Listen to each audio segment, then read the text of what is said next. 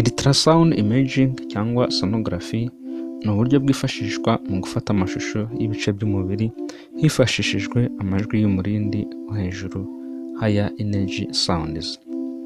Aya majwi asohoka mu gikoresho cyitwa transducer cyangwa ultrasound probe, akanyura mu mubiri hanyuma agasubirayo as reflected sound or echo, maze akaba ariyo ashingirwaho mu gukora amashusho y'ibice by'umubiri. Ni uburyo bukundwa cyane mu buvuzi kubera ko budakoresha imirasire yangiza, bityo bukaba bwizewe. Ni kuri Gilbert Media tuha ikaze. Your life, your experience. Ubuzima bwawe niba ukubera amateka meza yawe y'ejo hazaza. Gilbert Media tuha is your choice. Uburyo ultrasound imaging ikorwamo cyangwa se ikoreshwa mu kureba umubiri w'umuntu.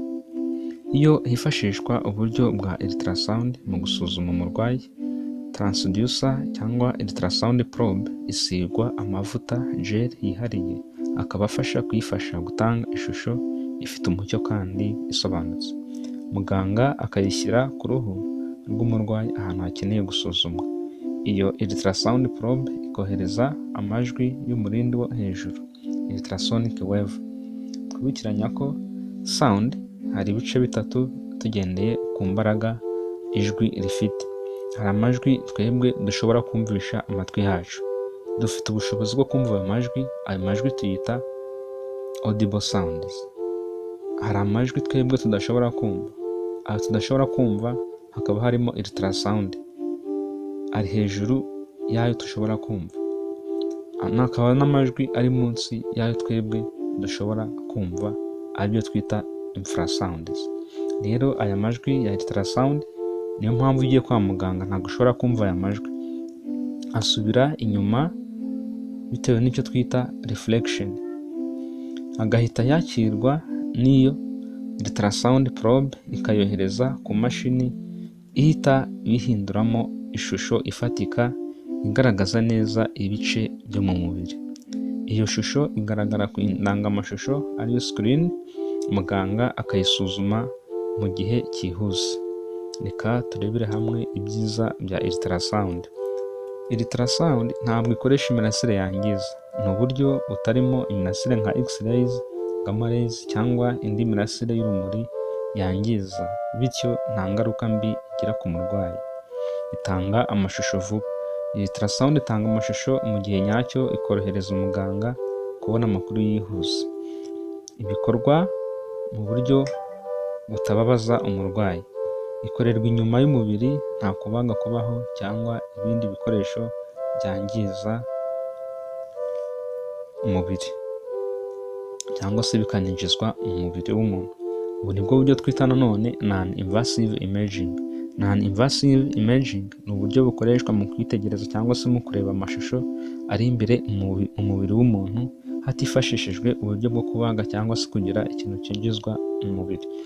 Ikindi ni ugukoreshwa inshuro nyinshi. Bitewe n'uko itagira ingaruka mbi, umuntu ashobora gukorerwa ultrasound kenshi igihe ari ngombwa. Ikoreshwa mu ngeri nyinshi. Ultrasound ikoreshwa mu kuvura indwara nyinshi zitandukanye kandi mu bice bitandukanye by'umubiri. Ikindi hari ukugira amashusho asobanutse. Ultrasound ifite ubushobozi bwo kugaragaza ibice by'umubiri n'amakuru atandukanye mu buryo busobanutse. Ntabwo ihenze cyane ugereranyije n'uburyo bundi. Bitewe n'uko itanga umusaruro mwiza kandi idahenze, ikoreshwa mu bihugu bitandukanye. Kugira amashusho yo mu buryo butandukanye. Ultrasound ishobora gutanga amashusho ari mu buryo bwa 2D, 3D na 4D. Ahangaha twibukiranya ko iyo tuvuze 4D cyangwa 2D cyangwa 3D kaduhere kuri 2D, 2 dimension image, ni image igaragaza gusa ubugari n'uburebure. Nk'ifoto ubona muri telefone imwe yifotoye, iriya foto aba ari 2D dimension. 3D dimension ishobora kugaragaza uburebure, ubugari ndetse n'umubyimba, mbega ni isura nyayo y'ikintu. Noneho 4D ni dimension ya kane. Abantu biga physics cyangwa se ubugenge babyumva vuba, nk'iyo bareba kuri special relativity, ni igihe yongeraho dimension y'igihe, time. Ni ukuvuga bimeze bite? Nyuma ya 3D dimension nabonye, muganga yagiye kureba mu mubiri w'umuntu w'umurwayi cyangwa se umuntu ugiye gusuzumwa. Tuvuge niba ari nk'umutima, ashobora kubona uko umutima uteye ni shape yayo arayizi, akaba yareba yahindukiza akareba uko umutima umeze. Nanone hakwiyongeraho time akavuga ngo umutima nkurikije uko forume y'umutima imeze mu gihe runaka umutima uratera neza.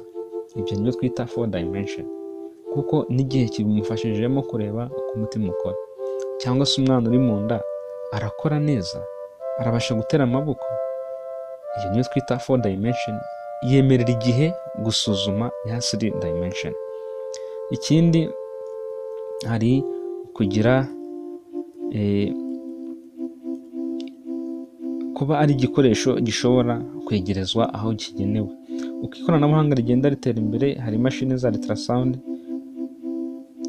zishobora koherezwa hanze ya laboratwari. Ultrasound kandi ishobora gukoreshwa mu gihe umuntu afite ikibazo cyihutirwa, kubera ko ntabwo bisaba igihe gihambaye kugira ngo haboneke umusaruro, ntabwo gutegereza ifoto kubamo. Reka turebe ingaruka mbi za ultrasound. Ultrasound ntabwo ishobora kubona neza ibice biri inyuma y'amagufwa. Iyi mashini ishobora kudasuzuma neza udusi duto cyane cyangwa ibindi bintu bito. Hari indwara zimwe na zimwe zitagaragara neza ku ishusho ya ultrasound nk'ibibyimba. Bisaba ubuhanga buhanitse kugira ngo amashusho ya ultrasound abe asobanutse. Ngo biravuga muganga ubifitiye ubushobozi na experience, bisaba ko uyikoresha aba afitemo ubumenyi bwiza kandi buhambaye. Mu bantu bafite ibiro byinshi cyangwa babyibushye cyane, amashusho ya ultrasound ashobora kuba adasobanutse neza. Kubura amashusho yuzuye, amashusho y'uburyo bwose dimensions, ashobora gutwara igihe cyo guhindura icyerekezo cya ultrasound probe no kubishyira ku mashusho aboneye.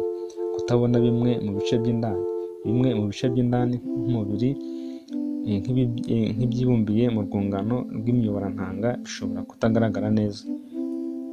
Ultrasound kandi ukabivuzeho kuba muganga adafite ubushobozi bwo gusoma amashusho bishobora kuba inzitizi, kuko biba bisaba ubuhanga buhambaye. Reka turebe ingero zitandukanye cyangwa se ahantu ultrasound ishobora kuba yakwifashishwa. Hari gukurikirana iterambere ry'umwana uri mu nda. Ultrasound ikoreshwa mu kureba uko umwana akora mu nda, mu gusuzuma indwara z'umutima. Echocardiography ikoreshwa mu kureba neza uko umutima utera. Mu kuvura impyiko, ultrasound ikoreshwa mu gusuzuma uko impyiko zikora. Mu kuvura indwara z'ubugabo, gukoresha ultrasound mu gusuzuma indwara zo mu myanya ndangagitsina y'abagabo. Mu gusuzuma inkari, ultrasound ikoreshwa mu gusuzuma uko inkari zifatika no kureba niba hari uburwayi buzirimo. Kandi mu gusuzuma umwijima, ultrasound irakoreshwa cyane. Hari kandi mu gupima indwara z'amara, ultrasound ikoreshwa mu gusuzuma uko amara cyangwa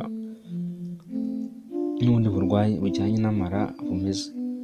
Ikoreshwa kandi mu kubaga. Ultrasound ikoreshwa mu buryo bwo kuyobora abaganga mu gihe bakora kubaga, aribyo twita minimal surgery. Mu gupima uburwayi bw'amaso, ultrasound irakoreshwa cyane mu kureba niba hari ikibazo cy'uburwayi mu ijisho.